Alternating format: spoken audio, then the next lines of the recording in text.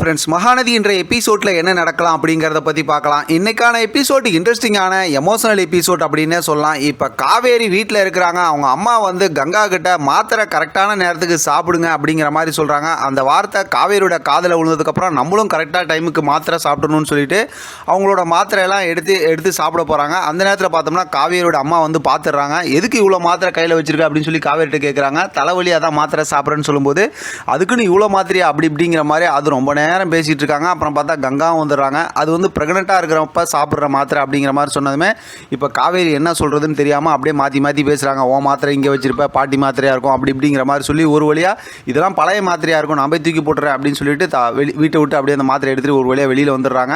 ஆனாலும் பார்த்தோம்னா காவேரியோட அம்மாவாக இருக்கட்டும் கங்காவாக இருக்கட்டும் அவங்க அக்கா ரெண்டு பேருமே அப்படி கொஞ்சம் குழப்பமாக தான் இருக்காங்க. அதுக்கப்புறம் பார்த்தோம் அப்படின்னா காவேரி போய் கோயிலில் உட்காந்துட்டு பார்த்தோம் அப்படின்னா ரொம்பவுமே மனசு கஷ்டத்தோட விஜய் கூட சேர்ந்து வாழ்கிறதா, நம்ம என்ன முடிவு எடுக்கிறது, பாட்டி நம்மளை புரிஞ்சுக்குவாங்களா அப்படின்னு சொல்லிட்டு நிறைய குழப்பத்தோடு அப்படியே அந்த விஷயத்தெல்லாம் மைண்டில் பேசிக்கிட்டு இந்த நேரத்தில் விஜய் பக்கத்தில் இருக்கணும், அவர்கிட்ட பேசணும், அவர் மடியில் படுத்துருக்கணும் அப்படிங்கிற மாதிரிலாம் நான் நினைக்கிறேன் அப்படிங்கிற மாதிரி யோசிக்கிறாங்க.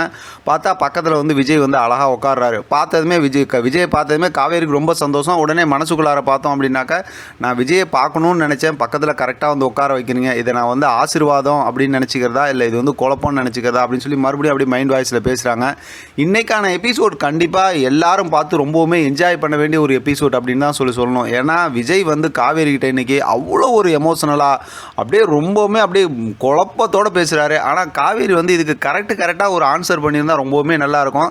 ஆனால் இது வந்து ஒரு சீரியலோட கதை அப்படிங்கிறதுனால தான் இந்த மாதிரி போகுது. ஆனால் நிஜ லைஃப்பில் பார்த்தோம் அப்படின்னா ரொம்பவுமே ஒரு எமோஷனலான ஒரு மூமெண்ட்டு தான் இன்றைக்கான எபிசோட் அப்படின்னு சொல்லலாம்.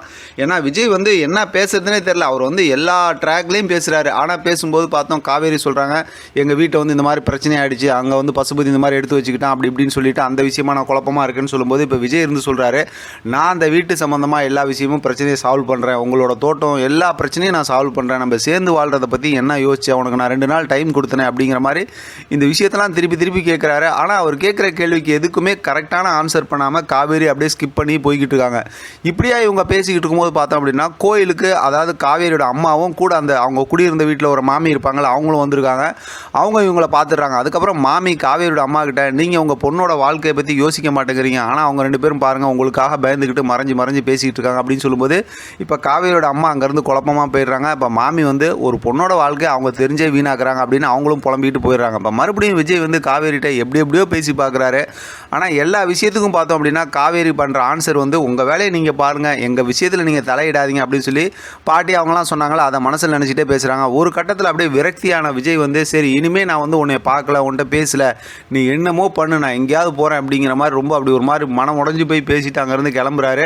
அதோட பார்த்தா காவேரி அப்படியே யோசிக்கிறாங்க. இன்றைக்கான எபிசோட் முடிச்சிருக்காங்க. அடுத்து வந்து எபிசோட் சம்மந்தமாக ஒரு அதிரடி ப்ரோமோ ஒன்று காட்டியிருக்காங்க.